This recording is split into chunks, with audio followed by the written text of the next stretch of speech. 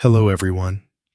Tonight, we are unraveling the astonishingly unnecessary cosmic drama that starts with a cloud, a meadow, and a very shiny cow. We're diving into a Greek myth so bizarre and convoluted, it's genuinely surprising. Anyone thought it was bedtime appropriate for children. Imagine this: the sky's beginning to bruise with dusk, and there's this girl, just a normal, minding her own business girl, wandering through wildflowers, while the gods of Mount Olympus are preparing to ruin her entire decade. That girl's name Io. But we'll get to her. First, let's talk about Zeus and his complete inability to stay in his lane. Now, you probably won't survive this story, at least not without rolling your eyes once or twice, because we're dealing with Greek mythology, where plot twists are delivered like meteor showers and morals are optional. So, before you get comfortable, take a moment to like the video and subscribe, but only if you really like what I'm doing here. Also, post your city and local time in the comments. I love seeing where in the world you're winding down tonight. Now turn off the lights, maybe turn on the fan for some soothing noise, and let's get down to business tonight.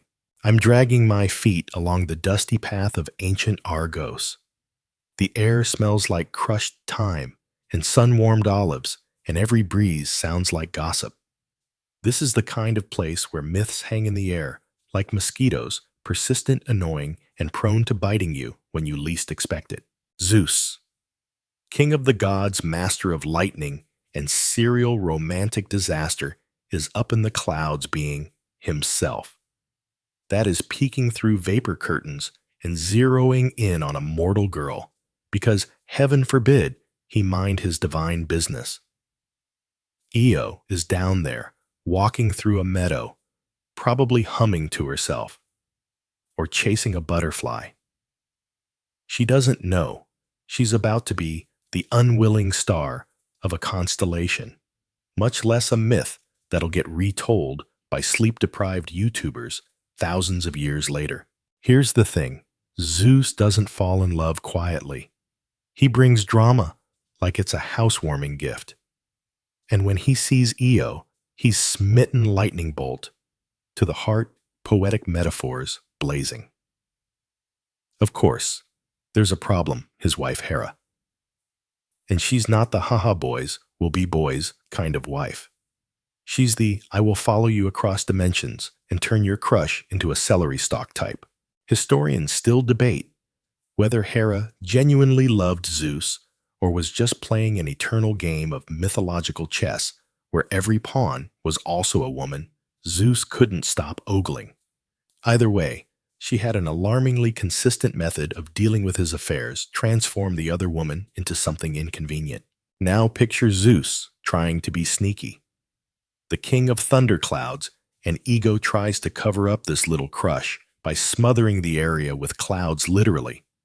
He cloaks the entire meadow in a thick, rolling fog that makes it look like a sentient cotton ball fell from Olympus. And in the middle of this fog, he approaches Io.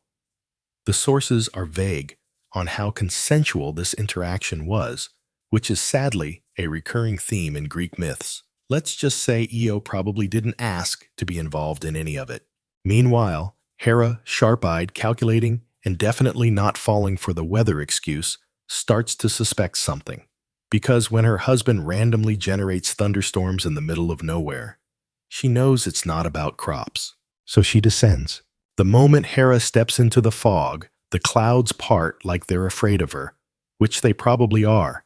She looks around, lifts one imperious eyebrow, and finds Zeus standing there, looking like a kid, caught with frosting on his face. "Oh, hi, honey," he says, the fog still clinging awkwardly to his knees. And then there's Io. Not a girl anymore. Nope. Now she's a perfectly innocent, wide-eyed white cow. Just standing there, mooing softly, possibly still processing the trauma of having been zapped into barnyard form by a thunder god who cannot emotionally regulate.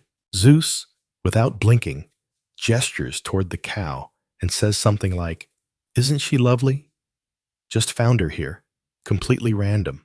You want her now. At this point, any normal person would either walk away or scream. But Hera, she smiles. The kind of smile that means someone's about to get turned into a pine cone or a planet. I would love this gift, she purrs, and just like that, the cow becomes hers. Hera takes one last look at Zeus, who's now visibly sweating through his divine robes, and leads cow Io away on a golden leash. You have to hand it to Hera. She's not the explode and yell type. She's the slow burn plan, her revenge with a color-coded scroll type. She doesn't scream at Zeus. She simply takes the cow and locks it in a cage, under constant surveillance, with an actual monster guarding her. But that's next time. Before we end this part, a random fact. Some versions of the myth claim Zeus's cloud fog actually conceived Io, which is a phrase that no modern weather report should ever have to repeat. And yes, people have argued over it.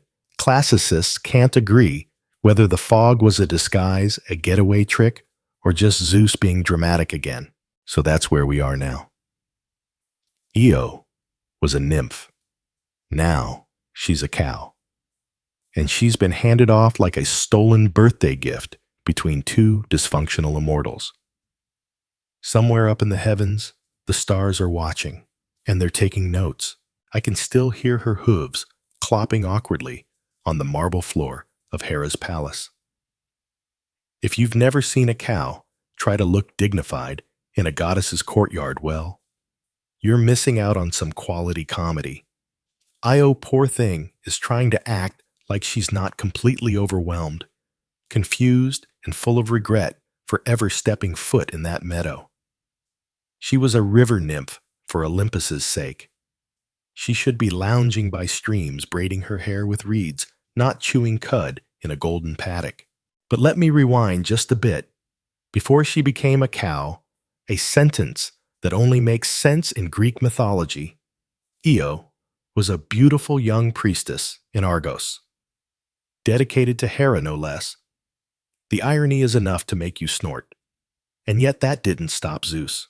He never did have much regard for job descriptions, boundaries, or celestial workplace policies. Io wasn't just beautiful. She was luminous. Not in the Instagram filter kind of way, but in that eerie myth glow sort of way. People said her eyes shone like polished amber. Her voice made rivers ripple, and even goats behaved around her, which is rare. But beauty in ancient Greece was basically a curse with good lighting. It got you noticed. And if you got noticed by the wrong deity Zeus, for example, you were toast, or cow toast. One version of the story, probably invented by a mythologist with a flair for dramatic flair, says Zeus first approached Io in her dreams. Yeah, creepy. Whispering sweet nonsense into her subconscious, telling her she was destined for greatness, that the skies were calling her. And because dreams don't come with red flags, she believed him. By the time she realized who he really was, it was too late. Zeus appeared before her in all his divine thunder bro glory, cloaked in glory, glowing with authority, and probably flexing unnecessarily. Io, understandably, was terrified and confused, and also flattered, because this was ancient Greece, where divine attention was like getting verified on Mount Olympus Twitter. Did she resist? Some versions say yes. Others more grimly suggest she had no choice. Either way, Hera sensed something was off. Now Hera's suspicion wasn't based on love, let's be honest. She and Zeus had what you'd call a mutually assured destruction kind of marriage, but she took her role seriously, and she was sick of cleaning up after his wandering lightning bolt. Every time he chased a mortal, it was Hera who got painted as the villain for retaliating. But let's talk honestly. If your partner turned every minor flirtation into a mythic crisis, wouldn't you start turning people into trees too? So when Hera saw the storm clouds gathering over Argos, she knew something was up. And she came down to earth with the calm precision of someone who had done this 1,000 times before. Zeus, ever the improviser, had maybe 10 seconds to figure out how to hide a glowing mortal girl in a field of daisies. That's how Io became a cow. Historians still debate whether he transformed her to protect her, to hide his tracks, or just because he panicked and cow was the first thing that came to mind. He wasn't exactly known for strategic thinking. Lightning is not a patient element, so Io, blinking in horror, finds herself in a brand new body. Her arms are legs. Her voice is a moo. And worst of all, she has no say in the matter. She tries to speak, but all that comes out is a mournful bellow. The sound echoes across the plain like a sad trombone at a divine wedding. And then Hera shows up. Her entrance is subtle, regal, like someone who doesn't need to raise her voice to own the room. She doesn't accuse, she just observes, looks around, sees Zeus standing there like he just got caught drawing inappropriate things on a scroll, and raises an eyebrow. And then she sees the cow. "Oh, darling," she says, with sugar-laced venom. "What an absolutely stunning cow. Is it for me?" Zeus, desperate, sweaty, and regretting every decision that led him to this moment, nods like an overgrown child. "Of course.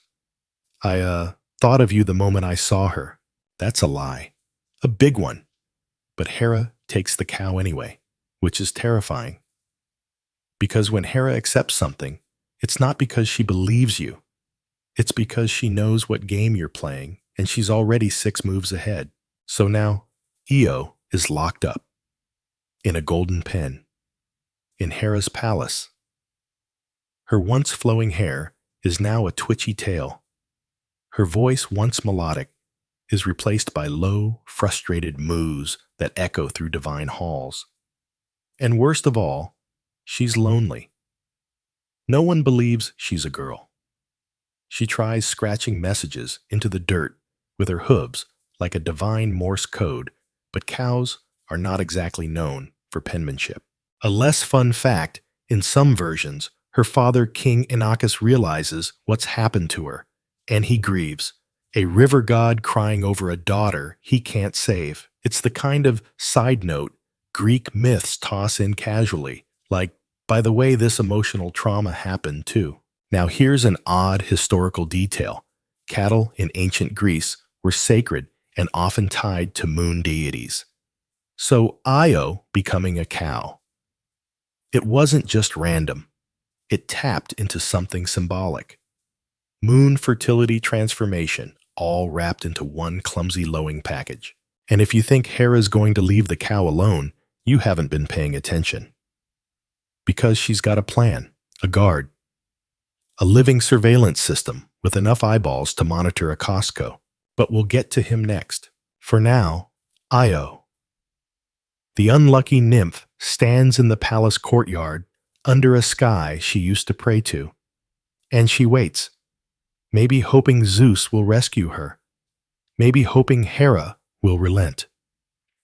But mostly, she just wants to moo in peace. There's a certain kind of despair that sets in when you realize you're going to spend the foreseeable future as a cow. Not just any cow, a watched cow. Watched, observed, followed, and never not for a second left alone. And the one doing the watching. Oh, just a gentle fella named Argos Panoptes. You might know him better as the dude with 100 eyes. Now that's not an exaggeration. Argos literally had 100 eyeballs scattered across his body. Some say they blinked independently. Others say he could rest a few while keeping the rest wide open like a paranoid octopus. Honestly, he was the world's most terrifying security camera long before Ring doorbells existed. Hera, in her endlessly creative approach to passive-aggressive punishment, assigned Argos to guard cow Io. Not because Io was going to escape. She wasn't exactly Usain Bolt on hooves, but because Hera wanted a message sent. I know what Zeus did. I'm not mad, just permanently vengeful. Now you'd think a creature with 100 eyes would be something out of a horror movie, but Argus wasn't all bad. In fact, before becoming Hera's glorified babysitter, he had a reputation for being a hero of sorts. He slayed monsters. He stood guard over sacred temples. He once killed a satyr by throwing a boulder the size of a horse. That's not even metaphorical. That's just Tuesday for Argus. But watching a cow, that wasn't exactly a resume builder. You can practically hear his job description. Stand near this cow. Don't let it out of your sight, ever. Oh, and ignore the moos that sound suspiciously like human sobbing. So there Io was, pacing in her pen, swishing her tail with the dramatic flair of a theater major.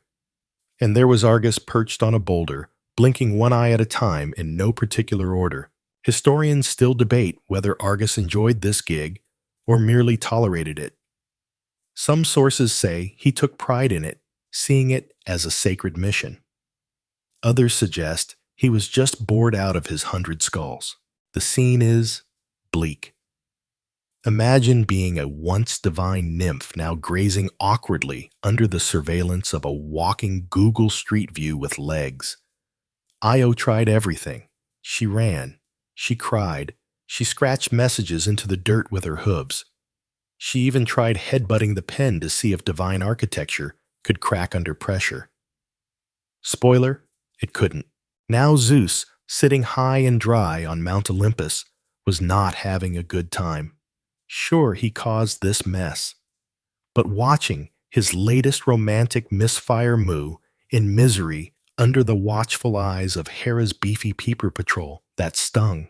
And not just his pride, his reputation. God's talk. And there's no mute button on Olympus gossip. So, what does Zeus do when faced with one of his classic, oops, I ruined someone's life again scenarios? He sends someone else to clean up the mess. Enter Hermes. Now, Hermes, god of travelers, thieves, and people who just generally vibe through life, was the perfect guy for the job. He's slick. He's clever. He wears winged sandals and looks like he's always just come from a rave. And Zeus gives him the mission, free the cow. Get past Argus. Don't get caught. Oh, and try not to start another war. Hermes, in his usual nonchalant way, shrugs and says, sure sounds like fun. The plan. Oh, it's brilliant in a way only Hermes could pull off. He doesn't go in with a sword or a thunderbolt. He brings music. You heard that right. While Argus is sitting there doing his 100-eyed patrol, Hermes casually strolls up with a flute. A flute. In any other story, this would be absurd. But this is Greece. And Greece loves a good, ironic takedown. Hey buddy, Hermes says, sitting nearby. Mind if I play a little tune? Argus grunts. Doesn't stop watching Io. Just gives the kind of non-committal nod you give when someone says, want to hear my mixtape? And Hermes starts to play. The music is slow, hypnotic. Imagine a lullaby made out of melted honey and sunset light. One by one, Argus's eyes start to blink slower. His giant frame relaxes. He leans back. The world becomes soft, warm, sleepy. This goes on for hours. Hermes keeps playing.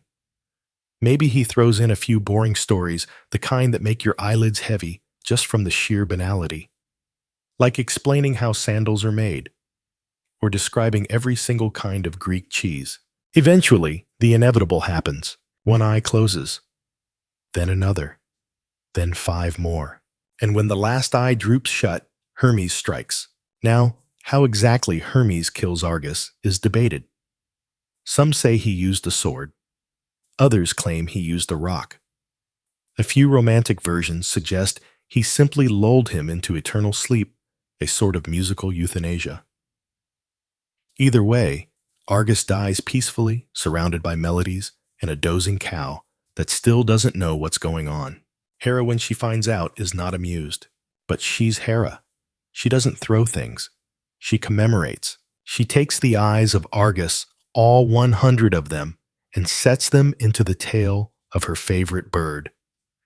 And just like that, the peacock becomes sacred. If you've ever seen those little eye-like patterns on its feathers, that's Argus.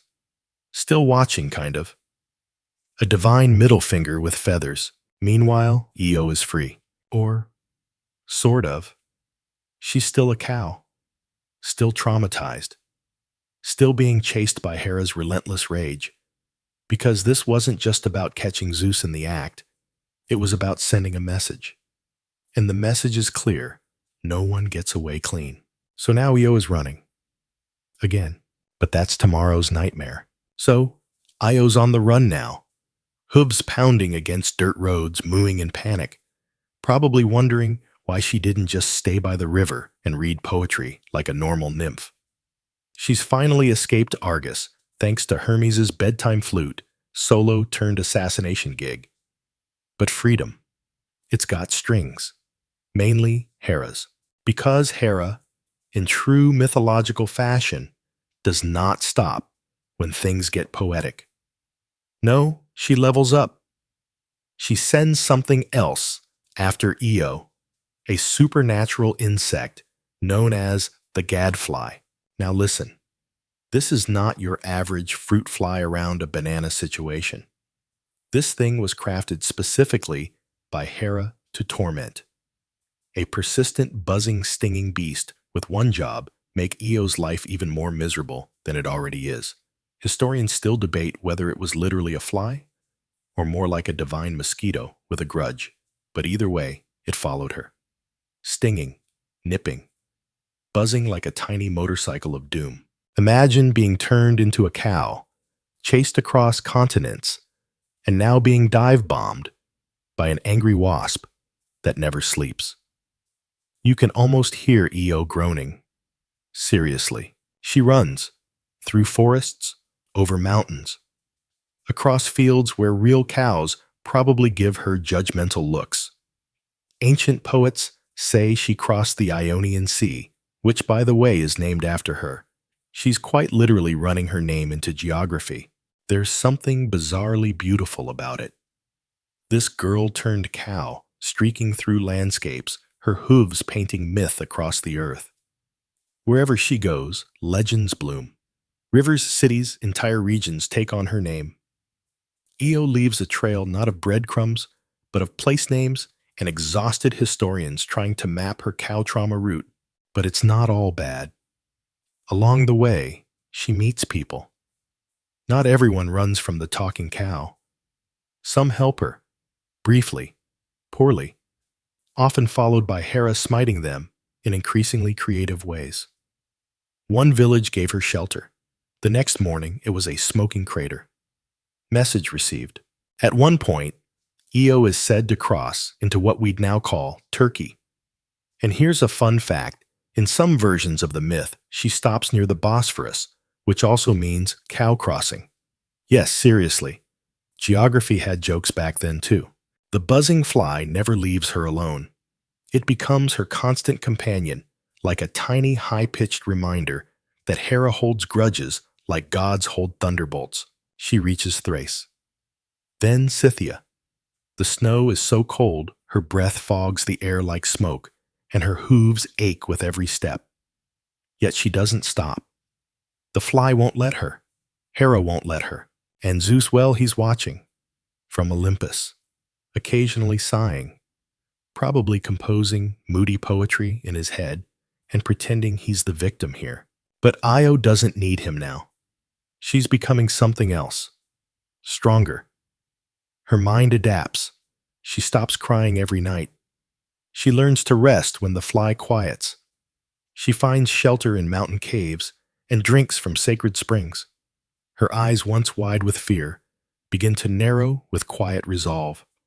Even as a cow, she's growing, enduring.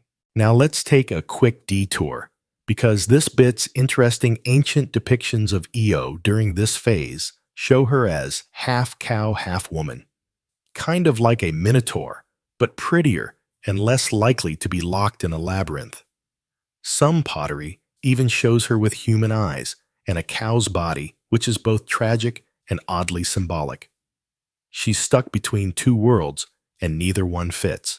One odd story, from an obscure fragment, claims she once stumbled upon a temple of Demeter, and the priestesses, upon realizing who she was, offered her a crown of wheat, which she promptly tried to eat, cow brain and all. But eventually, Io's hooves touch warmer ground. The winds smell sweeter, and before her a river stretches wide and glimmering. It's the Nile, Egypt. And finally, something begins to shift. Maybe it's the climate. Maybe it's the mythic energy of the Nile. Maybe Hera's just bored of the chase. But for the first time in ages, the gadfly retreats. The buzzing fades. Io stands on the riverbank trembling. The waters shimmer, reflecting her bovine face like a tragic mirror.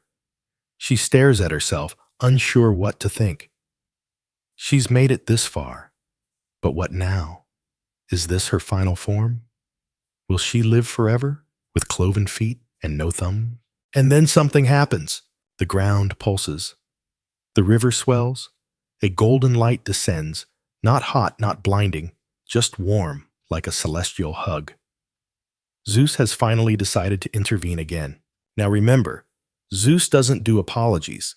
He does gestures. And this one is big. He restores her. Suddenly, the cow shape vanishes. Her limbs shift. Her skin smooths. Her voice returns raspy at first, like it hasn't spoken in centuries. Io stumbles back into her human body, naked, trembling, but free. She's in Egypt, a place that already treats gods like neighbors. And here, she's no longer a victim. She's a symbol. Locals begin whispering. They see the divine in her eyes. They call her Isis, or merge her story with the powerful Egyptian goddess. It's complicated mythologically speaking, but Io becomes more than a survivor. She becomes sacred. And the funny thing is Zeus offers her comfort now, promises. Your descendants will rule, he says. You will be remembered. Historians still debate whether this is redemption or just Zeus trying to tidy up the PR mess. But one thing is clear, Io's suffering didn't go unnoticed. As she rests by the Nile, finally human. Finally, still the stars begin to glint above her like distant eyes. And Hera, oh, she's not done. She's about to get artistic. The stars are quiet, too quiet. You know the kind of night where everything seems still, like the world's holding its breath before pulling a prank. That's where we are. Io is finally human again, resting in Egypt, breathing without fear of being stung by the Greek god equivalent of a spiteful hornet. But Hera, she's still watching. Because if you thought Hera was going to let this slide, you've not been paying attention. The woman turned a girl into a cow, hunted her across continents with a sentient bug, and installed a sleep-deprived eyeball golem just to keep tabs. She's not about to end the story with a happy ending and a sunset. She's got one more flourish, a celestial flourish, now back on Olympus. Hera's pacing. Argos is dead. The cow escaped. Zeus is back to writing his own mythology as if no one notices. But Hera, she remembers, and she mourns, not for Io. Let's be real. She never liked that girl. But for Argos, her loyal, ever-watchful guard. 100 eyes of loyalty silenced by music. So what does Hera do when she's grieving? She gets creative. She goes to her favorite bird, the peacock. Not your average chicken with a fancy coat. No, this bird is the embodiment of divine aesthetic. All feathers and flecks. Hera leans down, gathers the lifeless essence of Argos, his memory, his devotion. And with a gesture only a goddess can make, she presses it into the feathers. Suddenly, the tail of the peacock gleams. 100 eyes shimmer in blue and gold, forever open, forever watching. If you've ever stared at those little ovals on a peacock's tail and thought, wow, that looks like an eye, well, it is. It's Argos, eternalized, ornamented, weaponized into beauty. Hera made sure of that. Historians still debate whether Hera genuinely loved Argos or simply used him as a tool. Was this an act of affection or just god-tier branding?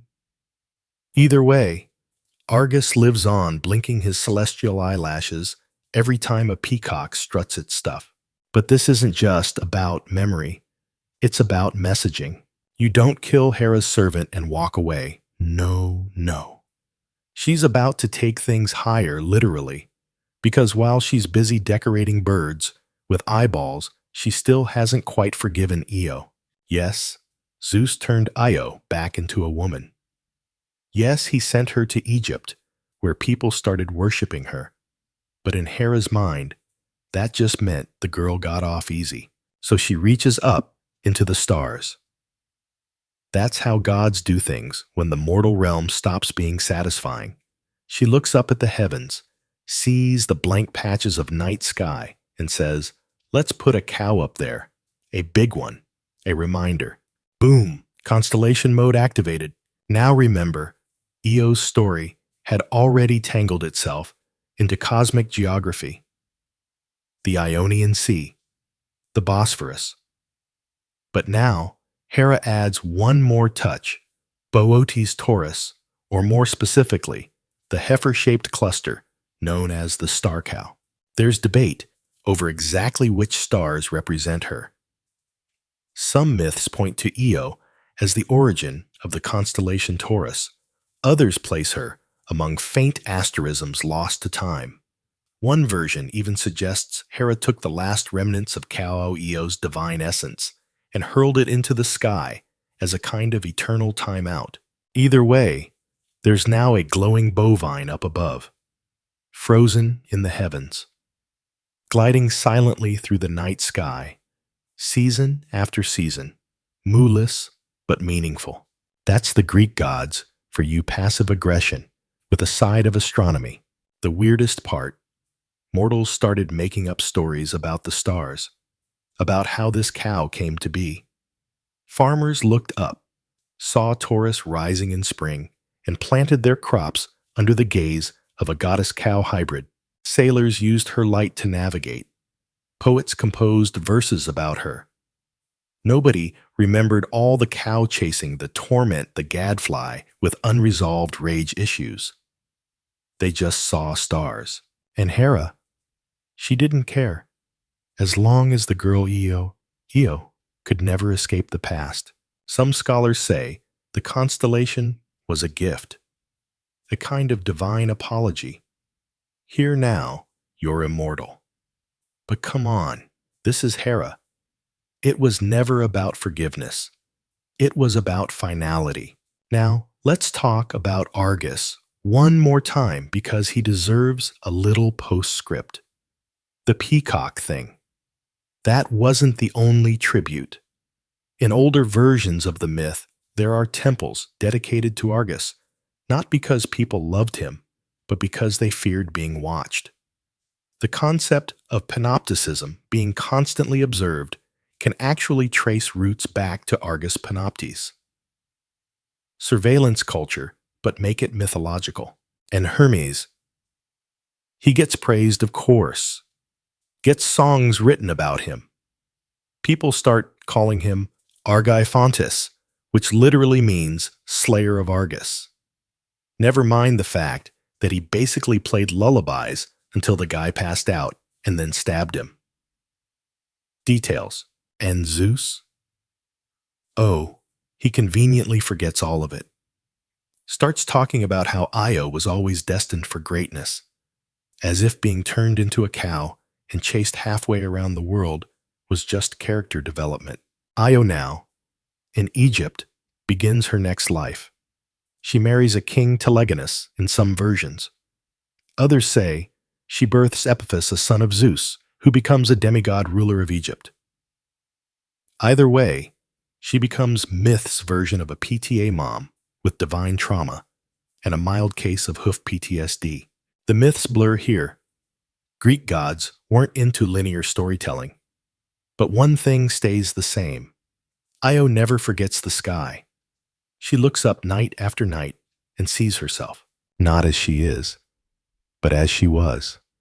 A cow in the stars, pinned there by a goddess who couldn't let go. So now, we've got a cow in the sky, a bird with eyeballs on its butt, and a goddess who just won't let things go. You'd think that'd be the end of it. But Greek myths, they love to keep spinning. And Io's story doesn't just end with her transformation back into a woman or even her starlit afterlife. No, she becomes something much messier, a matriarch.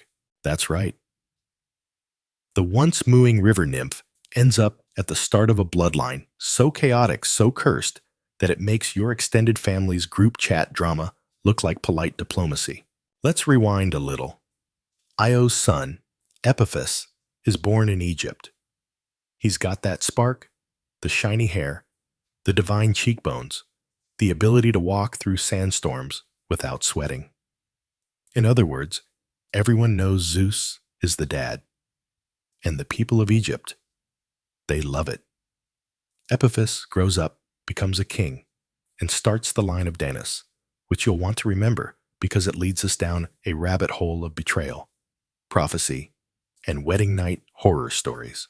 Historians still debate whether the Greek gods actually meant for these family lines to be so wildly unstable, or if it just sort of happened, like spilling olive oil and slipping into another generational curse.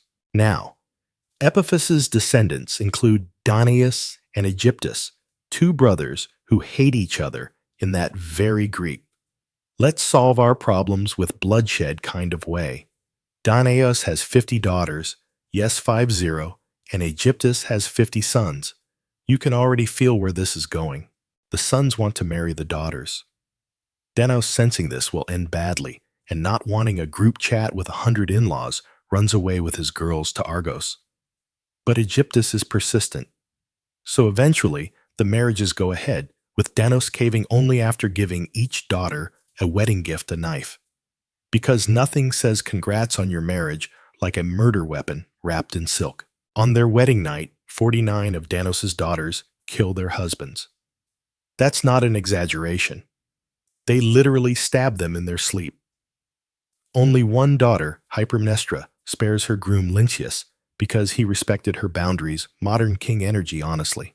So now we've got Io, who went from a nymph to a cow to a pseudo-goddess in Egypt, sitting unknowingly at the head of the most dysfunctional family tree in ancient history. From her comes a whole soap opera of betrayals, beheadings, and cursed bathwater. Meanwhile, up in the stars, the constellation of the cow glides across the heavens like a ghostly screensaver. And maybe, just maybe, Io watches her own descendants from above and thinks, oh no, what have I started? Odd fact of the day, in some Roman interpretations of this myth, the Danaides, the daughters who committed the murders, were condemned to spend eternity in the underworld carrying leaky jugs of water, forever trying to fill a pool that never holds. A sort of cosmic oops, sorry about the mass murder punishment. But Hypermnestra and Lynceus, their son becomes Abyssus, who fathers Acrisius, who fathers Danae, who yes gives birth to Perseus, the guy who slays Medusa and invents the flying hero aesthetic. So thanks, Io. Without you, there's no Perseus, no Pegasus, and probably no dramatic decapitation scenes for the pottery industry. This whole mythic genealogy thing is a web of weight who's related to who. Again, Io is basically the grandmother of the entire heroic age of Greece. Her great-great-great-grandkids include Perseus Heracles and arguably every Greek warrior who ever broke a sword while trying to impress a nymph. And the best part, no one ever thanks her. They write odes to the heroes. They build statues. But Io, She gets a moo-shaped constellation and a legacy filled with knife-wielding brides. Not exactly the resume she was going for when she took that fateful walk through the meadow all those centuries ago. Now let's revisit Hera, because why not? She's still lurking in the background of all this, watching, judging, sometimes interfering just for sport. Some versions of the myth suggest that even after Eo's transformation and escape, Hera continued to influence her bloodline, as if vengeance could be hereditary. It's almost like Hera said, "I can't hurt you anymore, but I can ruin your great-granddaughter's wedding." One open academic debate centers on whether this whole generational chaos is symbolic. Maybe Io's transformation and suffering set the tone for a legacy of transformation through suffering. Or maybe the ancient Greeks just liked really messy family stories.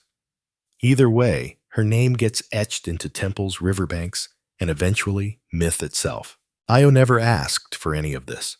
She didn't want Zeus's attention, didn't want to be a constellation, definitely didn't want to be a biological footnote to a pantheon of sweaty demigods.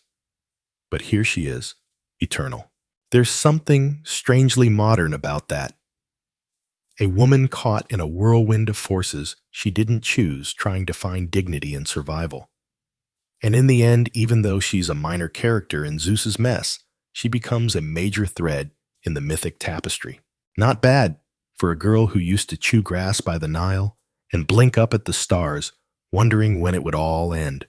Okay, let's step back and look at this chaos with sleepy, slightly judgmental eyes.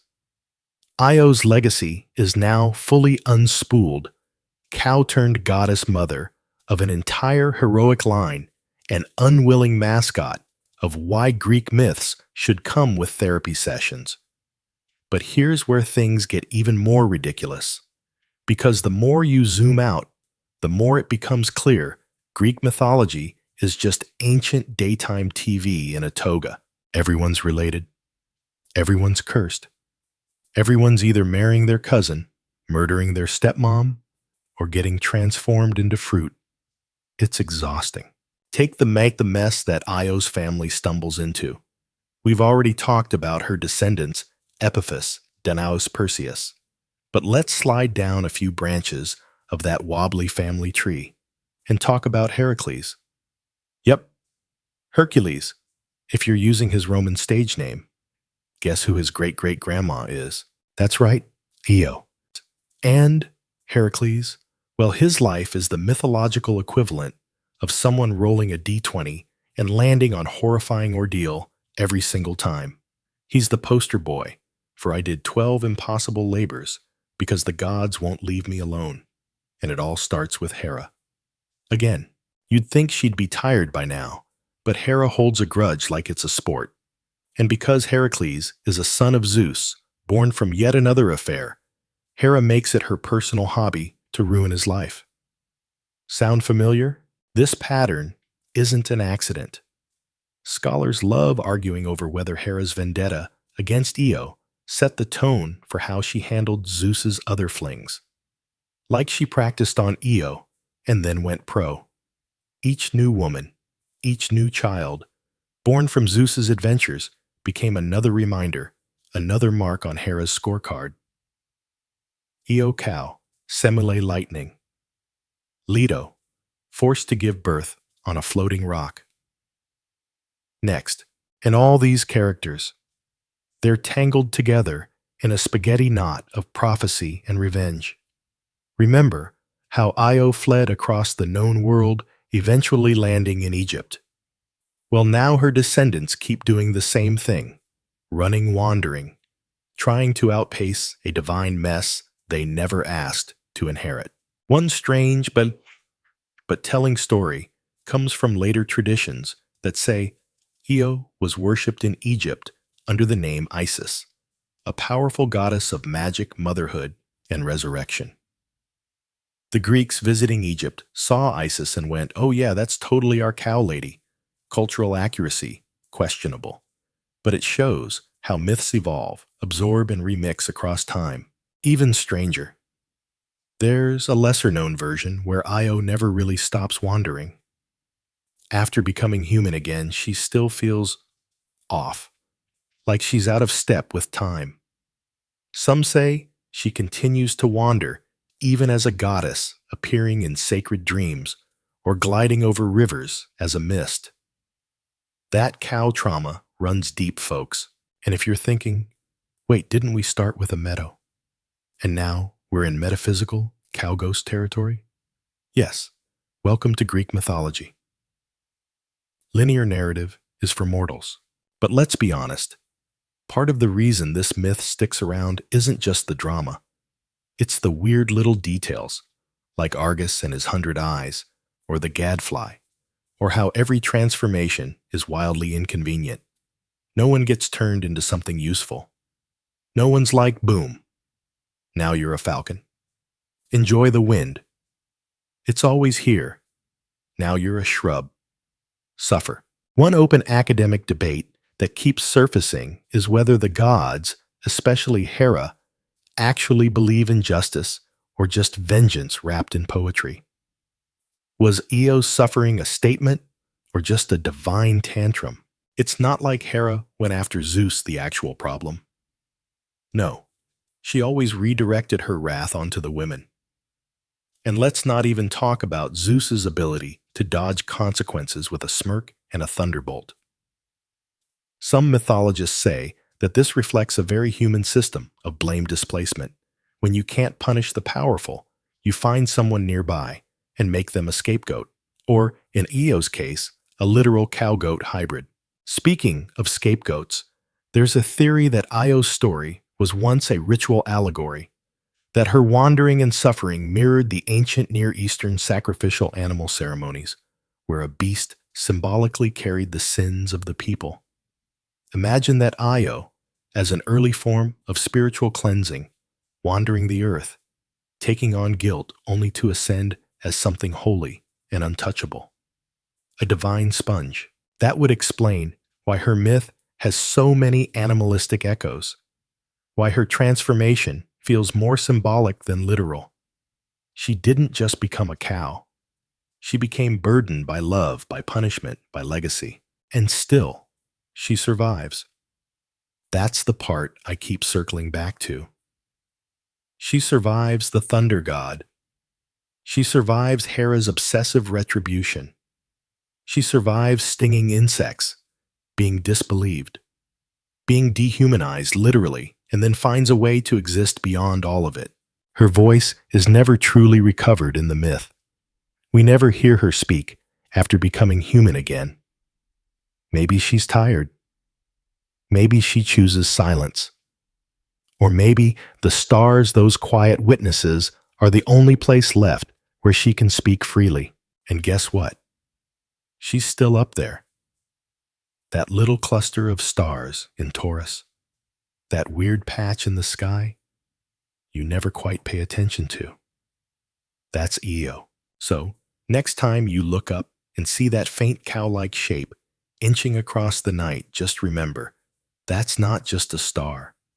That's a woman who got turned into livestock by a cheater, hunted by a bug, stalked by a sleep-deprived eyeball golem, and still managed to start a line of legendary heroes. You have to admire the stubbornness. By now, if your eyes aren't half shut and your brain isn't trying to nap through ancient drama, congratulations, you've outlasted Zeus, Hera, Argos, a magical gadfly, and at least 4 wedding night stabbings. But let's not stop there, because while Io's personal trauma tour may be over, the legacy of Mu, as I like to call it, has only just begun. You see, her descendants didn't just go around lifting boulders and founding cities. They inherited something deeper, something that Greek mythology seems to treasure more than logic, the curse of being unforgettable. Let's talk about Perseus for a minute. Yep, the same guy who beheaded Medusa and accidentally invented reflective sunglasses. Remember, he's Io's great-great-whatever grandson. And in some versions of the myth, the bloodline between Io and Perseus is emphasized like a warning: be careful who you turn into a cow. You might end up with a monster-slaying, sea monster-surfing great-grandkid. Perseus was born of Danae, who, you guessed it, had her own divine complications.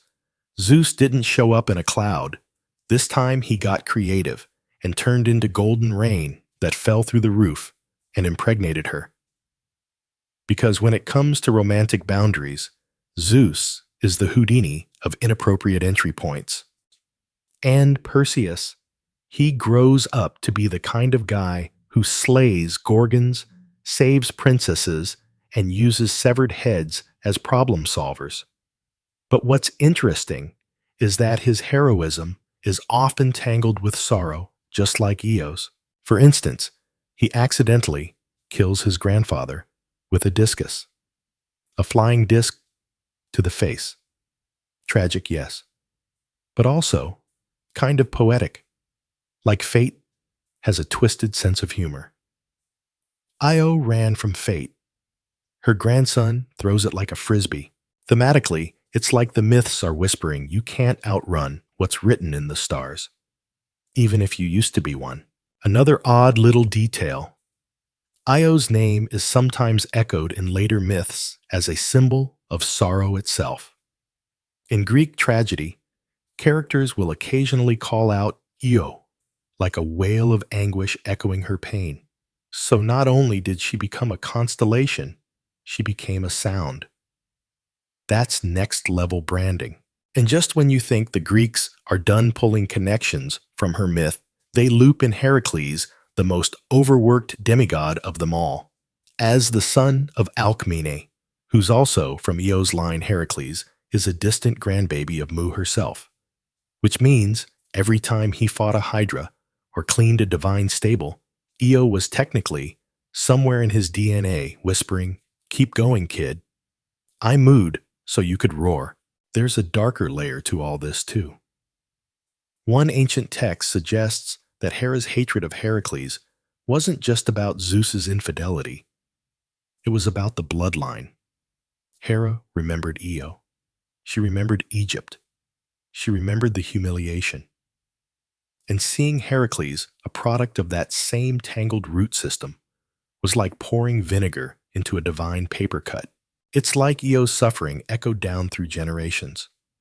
Every hero born from her line bore a piece of her story.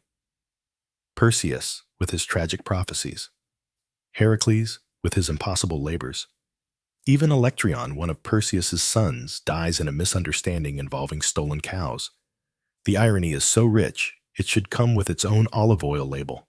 Historians still debate whether this narrative thread was intentional myth-building or just the result of oral storytelling being passed along like a broken game of telephone. But the pattern is unmistakable. Io runs, and her children keep running. From monsters, from fate, from the gods themselves. And then there's the strange, recurring animal symbolism.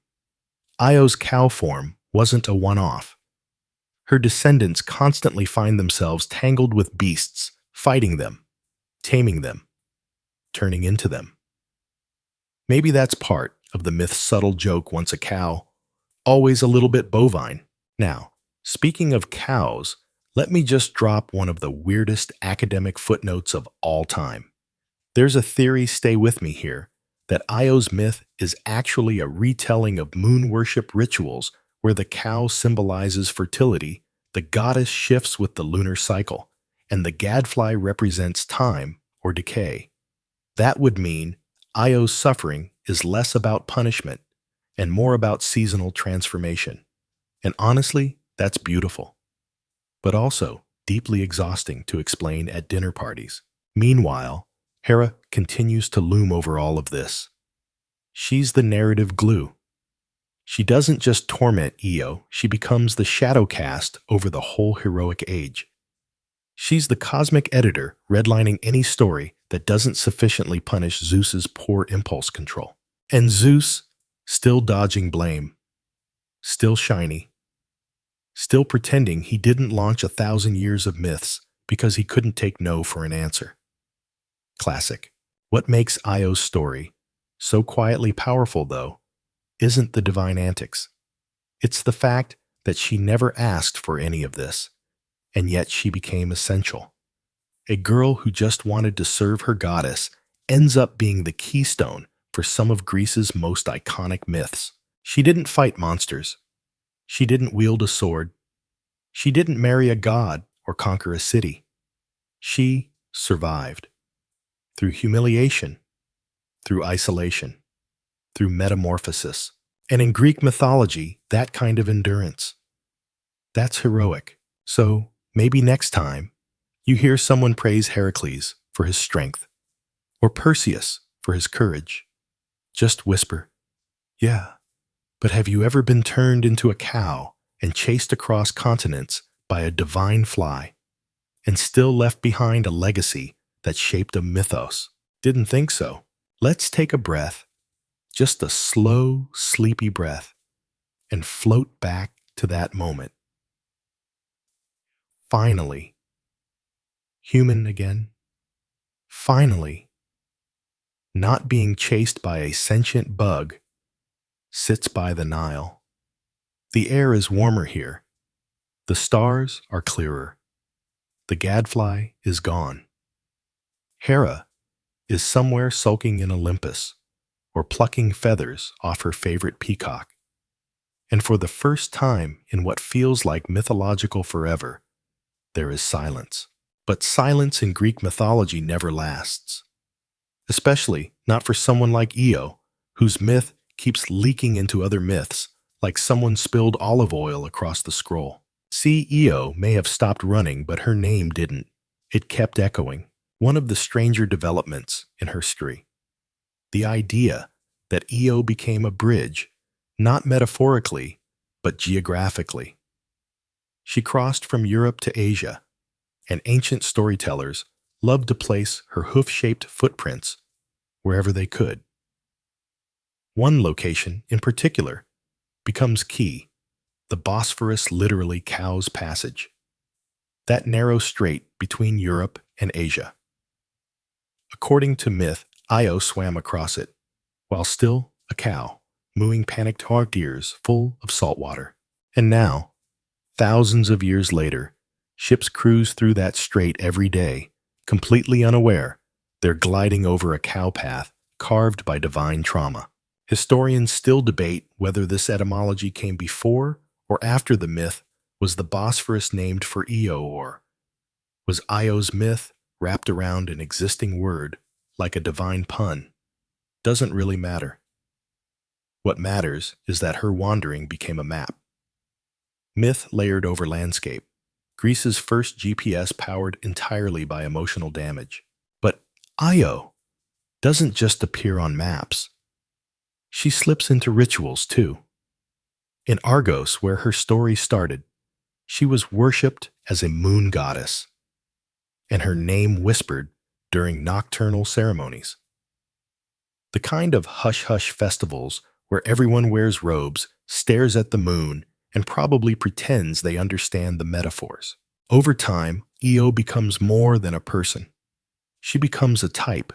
In literature, she's a symbol of transformation, of divine injustice, of what happens when you get pulled into someone else's war. The Greeks were experts at this, turning personal trauma into collective poetry. They looked at Io and saw every girl who got swept up in power, plays every voice drowned out by louder ones, every moment of beauty turned into punishment. Which brings us to Aeschylus. You know how modern screenwriters love sequels and spin-offs. Ancient playwrights were no different. Aeschylus, one of the big three Greek tragedians, loved digging into myth and making it even more confusing. In his trilogy, the Prometheus, yes, the fire-stealing liver victim is tied to a rock, being pecked daily by an eagle, and guess who stops by? Io, still wandering, still suffering, still halfway cow, halfway woman. Her face is human now, but her voice still moos when she's upset. It's a weird cameo, but it works. Prometheus comforts her by saying her suffering will end, that her descendants will be heroes, that she, Io, is part of something bigger.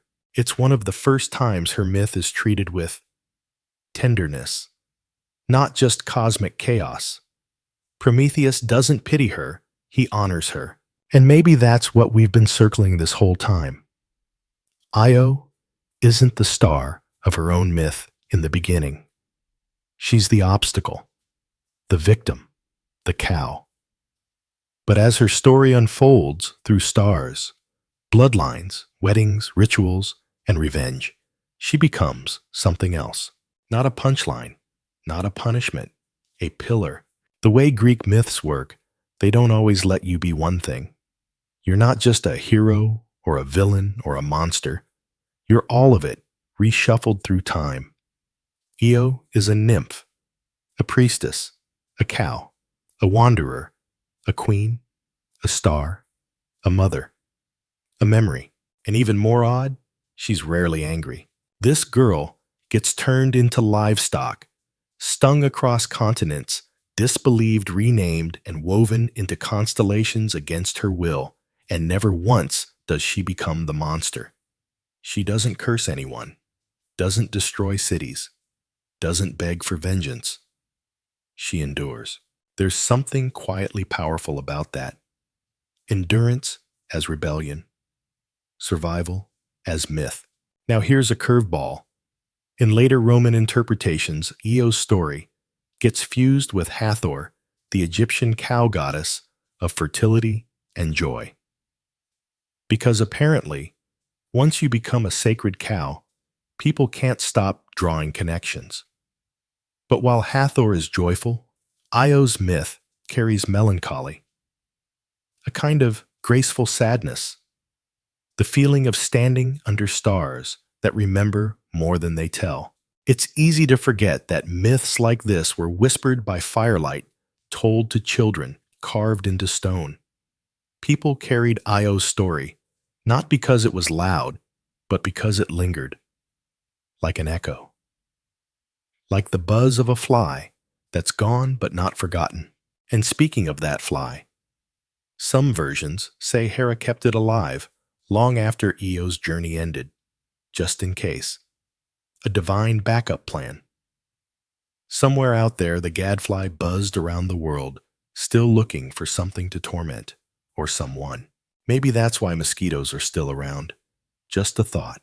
We tend to celebrate the flashy heroes, the slayers of beasts, the builders of empires. But Ioshi reminds us that some myths aren't about conquest. Some are about bearing the unbearable and still walking forward. Even when you're walking on four legs. The night stretches out longer now. And if you're still with me, congratulations, you've officially spent more time listening to Io's story than Zeus spent taking responsibility for it. And we're not even done yet. Because while Io may have faded from the foreground of myth, her shadow keeps showing up in all the weirdest places. You'd think a woman who got turned into a cow and chased by a divine horsefly would finally be allowed to rest. But the ancient Greeks had other plans. You see, Io wasn't just a person, they turned her into a template, a kind of mythological software update for what it meant to suffer, nobly wander endlessly, and somehow still be remembered for more than just your bovine phase. Let's start with something small and kind of silly. In some local cults across the Aegean and Asia Minor, people started building shrines to Io. Not just because she was related to Perseus or Heracles, but because they believed she understood them.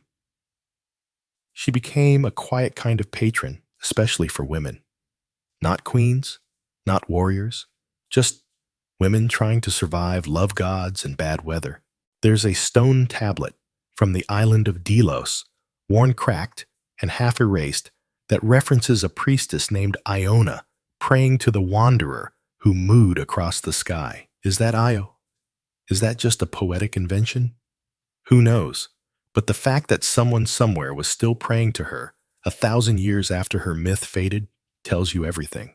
Even in places that didn't worship her, the idea of her lingered. Take the Orphic tradition, those mystery cults obsessed with death, rebirth, and the cosmic harmony of everything. They sometimes referenced Io as a symbol of transformation, the soul's journey from suffering to light. And that's pretty amazing. A story that started with a thunder god being nosy in a meadow turned into a metaphor for the immortal spirit enduring chaos and returning whole. Historians still debate whether Io was actually worshipped as a goddess or just revered as a symbol. But let's be honest, if you're carved into the heavens, name-checked in ancient hymns, and possibly rebranded as an Egyptian moon cow, you're doing pretty well. Let's pivot now to another layer of the legacy literature. The tragedians loved Io, not just Aeschylus. Later playwrights and poets, even into the Roman period, kept finding ways to slip her in. Virgil makes subtle allusions to her. Ovid, who honestly couldn't pass up any opportunity for divine chaos, gives Io a whole spotlight in the Metamorphoses. He tells her story with the usual poetic flair, but there's a strange tenderness in how he writes her suffering. She's not just scenery, she's feeling everything, and he lets you feel it too. And maybe that's the part that sticks, because so many myths turn their characters into devices. You suffer to prove a point. You transform because someone needed a metaphor.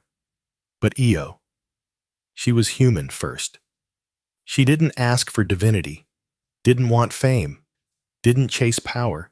She just existed, loved, served her goddess, walked through the wrong meadow on the wrong day. Now, here's a curious historical footnote. Some early Christian writers referenced Io when describing saints and martyrs. I'm not kidding. They used her as an example of endurance through divine testing, which is wild considering Io's story is mostly about surviving a series of cosmic red flags and Zeus-shaped traumas. But hey, history loves irony. And here's one of my favorite strange facts. The Jupiter moon, named Io, the real one, the space one, it's the most volcanically active body in our solar system. Covered in lava, constantly reshaping, glowing with radioactive storms. A moon named after a woman who was always burning, always moving, always being changed against her will. Coincidence, probably. But it feels poetic. Like even in the far reaches of space, Io's story can't sit still. She's still transforming, still glowing. Meanwhile, back in mythic time, Zeus quietly stops talking about her. Hera stops punishing. And the gods move on as they always do. Their attention spans are shorter than a toddler with sugar. But mortals keep telling the story because myth isn't flashy. There are no dragons, no epic duels. Just a girl who got caught in a god's bad decision and refused to disappear. And she's not alone.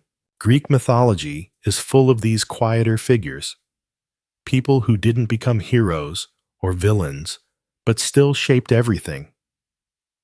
Leto, who fled across the world to find a place to give birth. Ariadne, who helped the hero and got left behind. Cassandra, who saw the future and no one believed her. They don't slay monsters, they survive them. Maybe that's why it matters. She reminds us that survival is its own kind of mythic power. That you can be chased, transformed, forgotten, renamed, and still leave behind stars and stories and sacred straits. She never gets revenge, never throws a lightning bolt, never ascends Olympus to give Zeus a well-earned slap.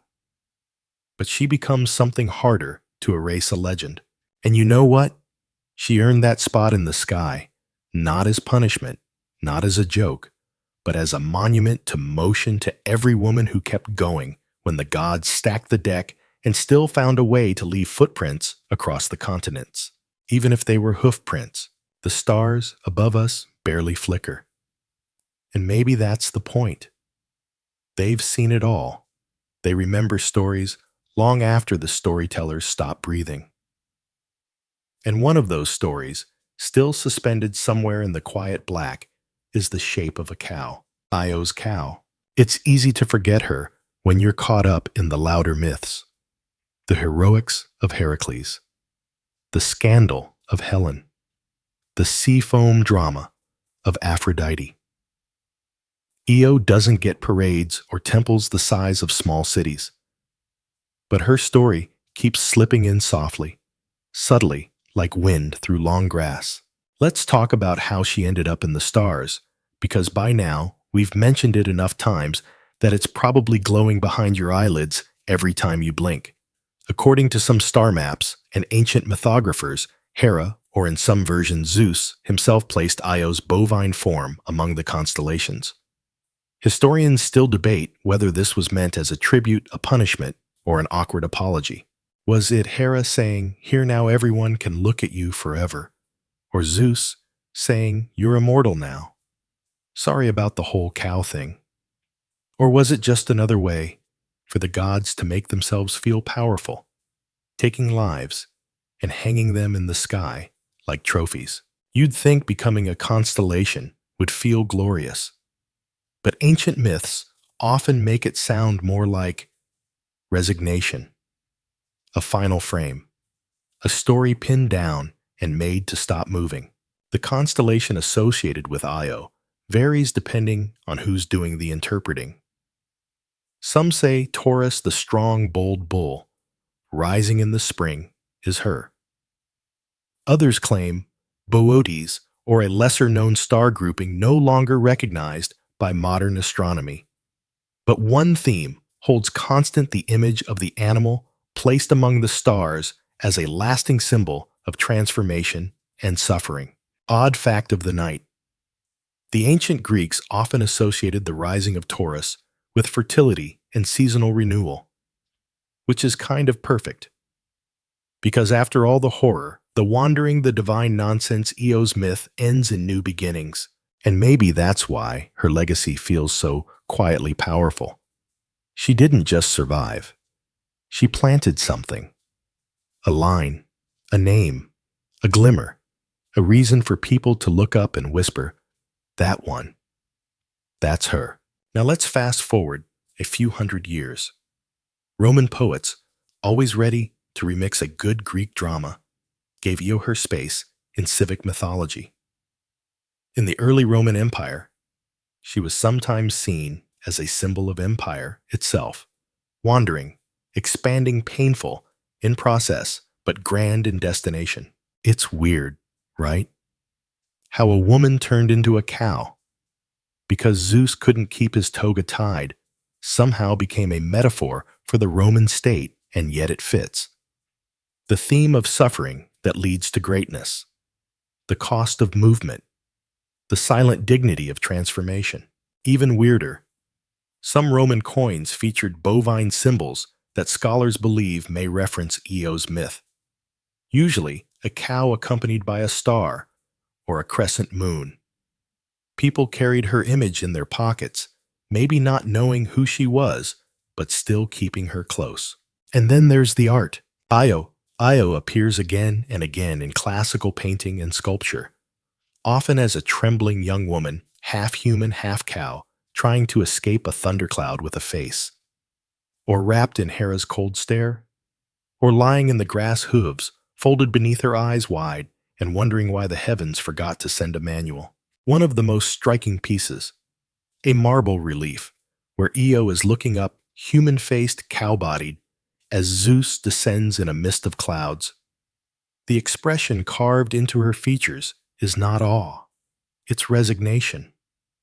Like she knows what's coming and has no choice but to let the myth do its work.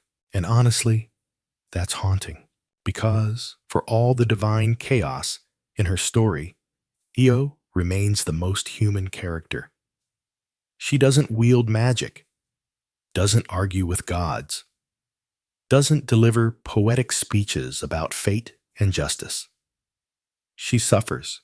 She adapts. She survives. She becomes a metaphor, not just for transformation, but for what it costs.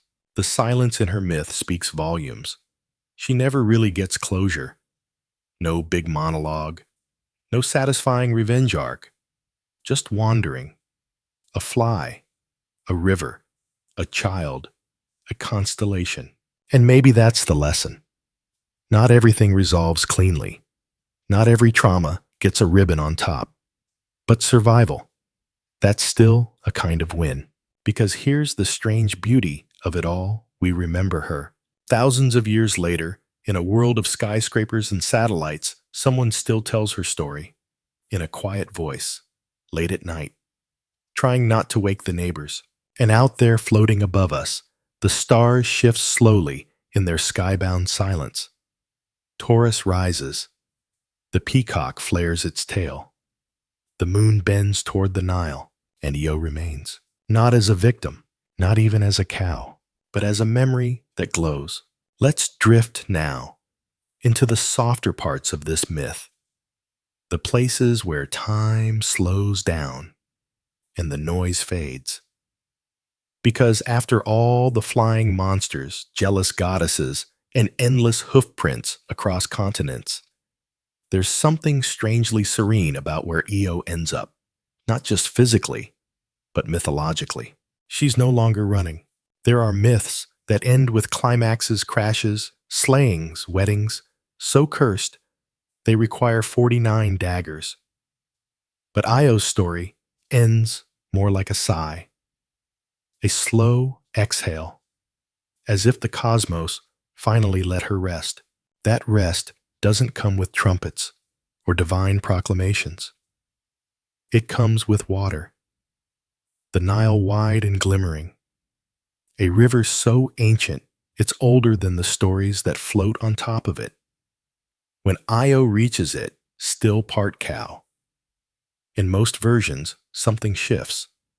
The air, the myth, the mood. Egypt doesn't treat her like Greece did. They don't see her as a cursed nymph or a divine side piece. They see a goddess.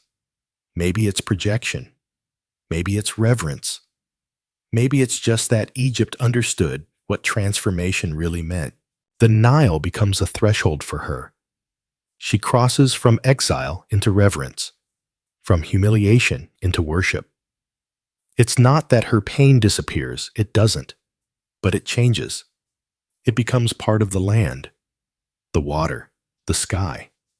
There are inscriptions in later periods that describe a divine woman from the west arriving in beast form and shedding her animal skin beneath the stars. That's Io, or perhaps Isis. Now here's where the myths really blur. Egyptian and Greek identities began to cross-pollinate, especially during the Ptolemaic period. And in that swirl of cultural exchange, Io and Isis started to merge. Isis, the Egyptian goddess of motherhood, rebirth, magic. Io, the Greek girl who survived divine wrath and crossed the world. Some scholars argue this wasn't just confusion, it was intentional synthesis, a way to bind two traditions through one woman's endless walk. And when you really think about it, it makes sense. Both Io and Isis are symbols of power born from grief. Both wear crowns of stars. Both are mourned and worshipped. Both hold the past in their bones and the future in their hands. And what does Zeus do? With all this nothing really. By the time Io finds peace, he's moved on. Probably shape-shifting into fog to flirt with someone else's priestess. He never apologizes, never checks in, never sends celestial flowers or a lightning bolt Hallmark card. That's Zeus. Destruction without cleanup. But Hera, strangely enough, she does stop. After placing Argos's eyes on her peacock, after immortalizing Io in the stars, she finally lets go. Maybe she was tired. Maybe she felt Io had suffered enough. Or maybe she just ran out of creative punishments. Historians still debate whether Hera's decision to leave Io alone was an act of mercy or just boredom. Either way, the silence that follows is peaceful. No more flies, no more guards. Just the Nile, the night sky, and a woman finally breathing. And what becomes of Io's name? It echoes in cities, in coastlines, in stars, in the wind that rushes through the Dardanelles. There's even a small, barely visible crater on the moon named Io. And of course, there's Jupiter's moon erupting with lava and cosmic tantrums. A strange, fiery monument to someone who was never allowed to be still. That moon, by the way, has more volcanoes than anywhere else in our solar system. Some of them erupt nonstop. It's like the universe remembered her suffering and built her a planet that could never stop boiling. And yet, here on Earth, her story softens. There are temples in Argos that bear her name ruins, now where people once offered milk and honey to the wanderer goddess.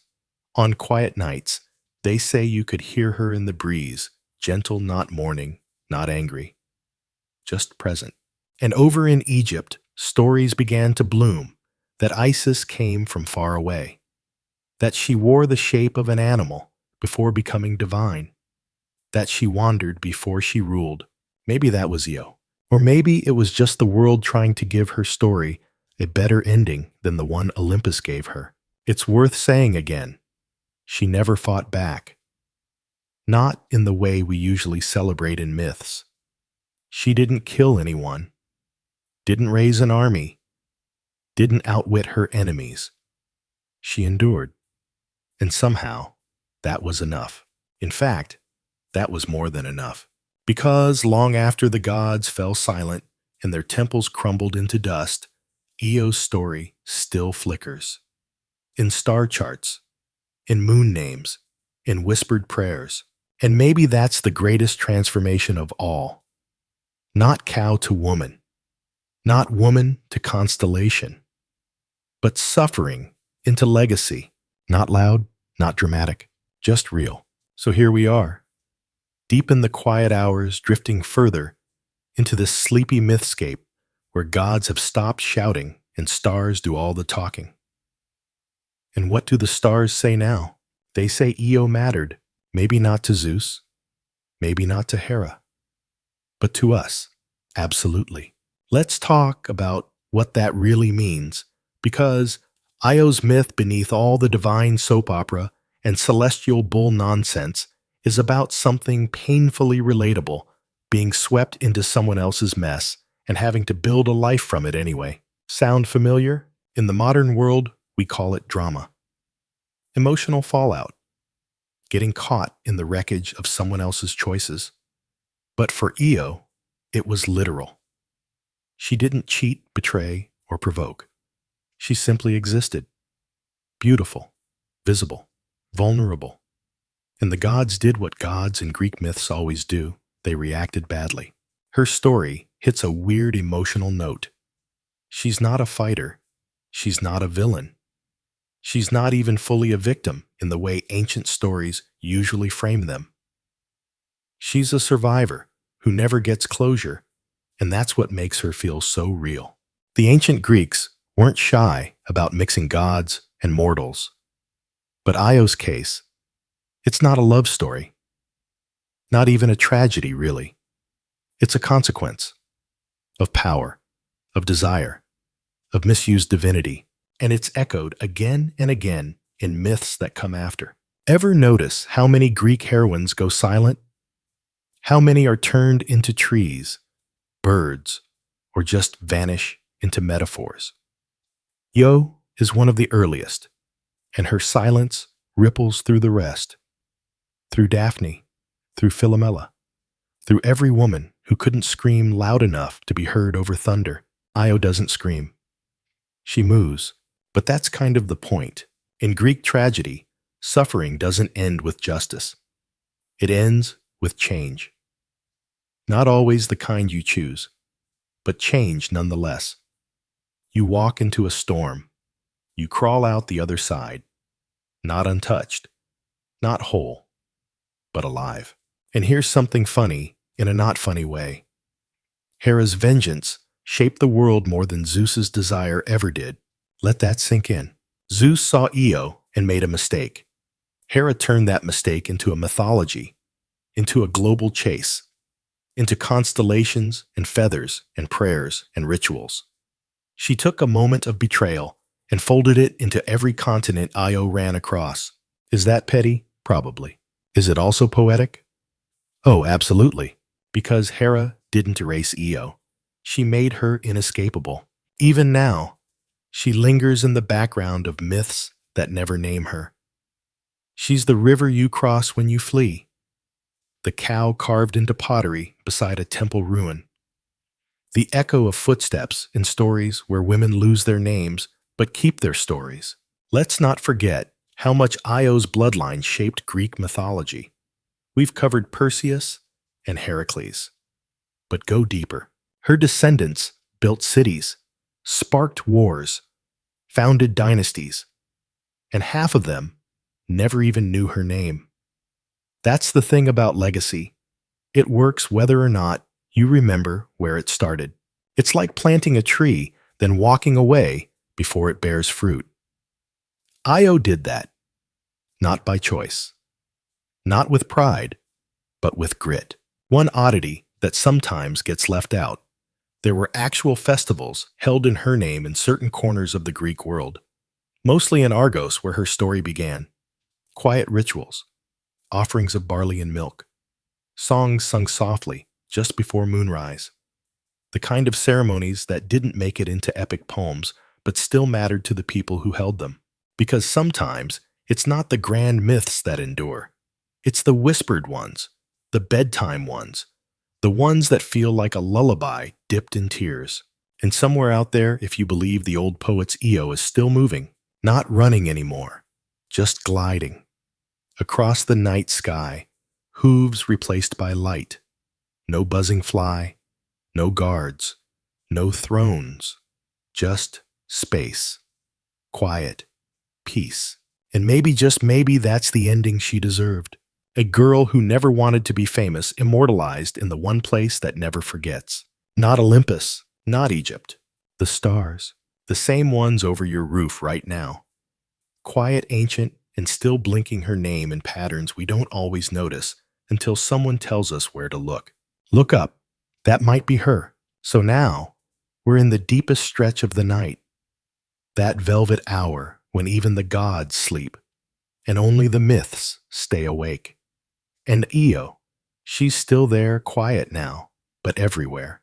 And it's in this space that we start asking the kinds of questions that don't have easy answers. Why do the quiet ones survive the longest? Io didn't fight back.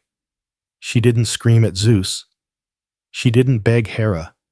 She didn't manipulate, seduce, or strike a deal. She endured. And for some reason, that made her story stronger than so many others. Maybe because it feels familiar. We don't all get to be Perseus. Most of us, if we're honest, are a little more like Io, just trying to make it through the day without being turned into a metaphor by someone else's drama. And the more I think about it, the more I realize how fundamentally alone Io was. Even when she had company, Argus Hermes, the gadfly, it wasn't really hers. She never had a confidant, never a sister to lean on or a best friend to vent to. Her whole myth is a solo journey, from woman to cow to wanderer to divine. That loneliness that hits, and yet her myth is one of connectivity. Her hoofprints formed the lines of ancient maps. Her descendants populated half of heroic Greece.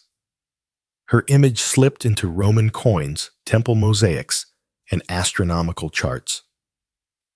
She's lonely, but she connects everything. That contradiction might be the most poetic part of her story. Now, here's something wild that often goes unnoticed. Io has no real agency in her myth yet. Her influence is enormous. She doesn't choose Zeus, doesn't choose to become a cow, doesn't choose to flee, but through her suffering, the world changes. Mythology moves around her. And isn't that just life? Sometimes we don't get to be the authors of our beginning, but we still shape the middle. And if we're lucky, we get to decide the tone of the end. For Io, that end wasn't loud. It wasn't triumphant. It was celestial, but not in a grand, glorious way. More like she faded upward, slowly, gently, the way fog rises from a field at dawn. You don't notice until it's already taken the sky. I think that's what happened to her story. It just kept rising, quietly, patiently, until it touched everything. And now, she's part of the background mythos. You see her in the corners of other stories, in heroines who flee but aren't chased, in rivers that whisper ancient names, in skies that sparkle in soft bovine shapes. She's not gone, just softened. Even Hera, the eternal punisher, seems to give her a kind of weird passive respect by the end. Sure, she threw a gadfly at her and watched her wander halfway across the planet, but in the end, Hera let her be. That's a lot coming from the goddess of grudges. And Zeus. Well, let's not flatter him. He never learned anything. He moved on like he always did, trail of scandal in his wake. But Io didn't become a cautionary tale. She became a mirror, a way for later myths to reflect on the cost of divine appetite. You can feel her echo in stories like Europa, another woman whisked away by Zeus, this time as a bull. Or Callisto, turned into a bear and cast into the stars. Same theme transformation as escape. Animal form as punishment, or maybe weirdly, as protection. And yet Io came first. She paved the way for the rest, not with swords or cleverness, just with survival. And in doing so, she taught the myths that sometimes the most powerful thing you can do is endure long enough to become unignorable. You want to hear something odd? In some modern retellings especially, by feminist scholars and authors, Io is reimagined not as a victim, but as a symbol of reclaimed identity. The idea is that her transformation wasn't just punishment, it was a defense mechanism. That her animal form let her escape a worse fate.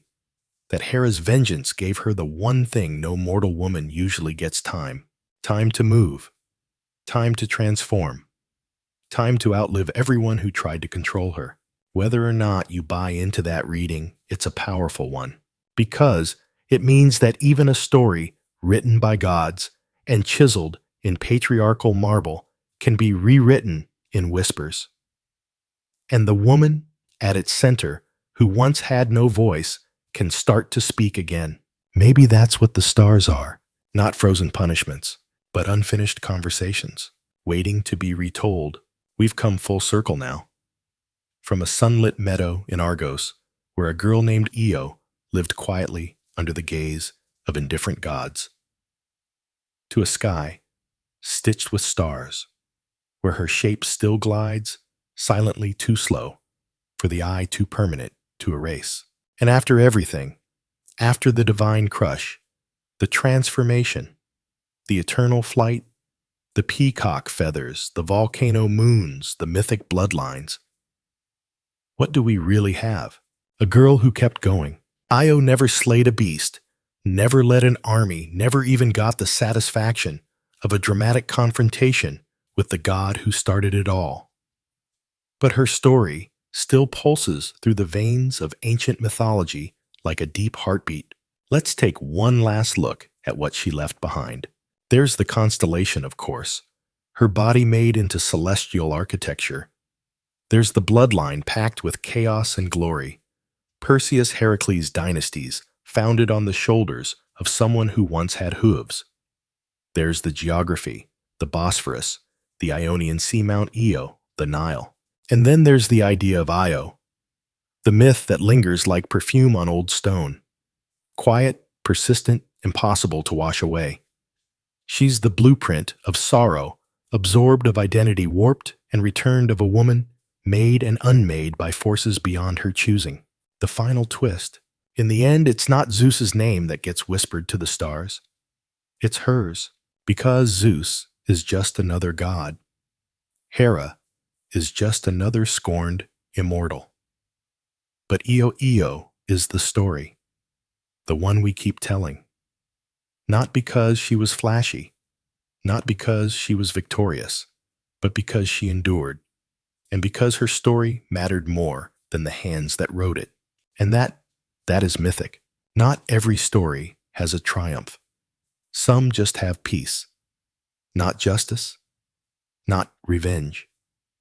Just the quiet knowledge that the worst is over, and the stars will hold your name, even if no one else remembers the sound of your voice.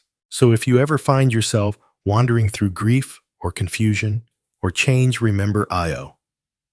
Not as a cow, not as a goddess, but as someone who made it through. And maybe, just maybe, if you look up at the night sky long enough, you'll find her there. Not mooing, not running, just watching and waiting, like all good myths do. Word count 1058. Wind down closing. 300 words. So now, my friend, we let the story go. Let the constellations blur. Let the gods fade into the mist of old names and forgotten thrones. Io's journey is over. Not because the myth ends, but because you need rest now. You've wandered with her, through forests overseas, beneath cruel skies and starlit silence. You've felt the sting of the gadfly, the weight of being misunderstood, the ache of becoming something you didn't ask to be. And yet through it all, you kept listening.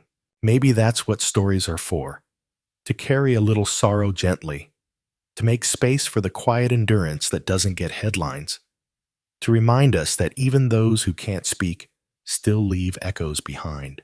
So close your eyes now. Let the meadow fade. Let the Nile soften to a ripple. Let the stars stretch out into shapes that no longer ask to be named. You're safe here. The gods aren't watching tonight. The fly is gone. The eyes of Argos are finally closed. Hera is resting. Zeus is off somewhere irrelevant. And you're still here. Breathe slower. Let go of the myth. Let the edges of the story dissolve into sleep like ink spreading on water. Let Io drift, not through space this time, but through your dreams. Not running, not mourning, just floating in the hush of night. She made it, and so did you. Good night.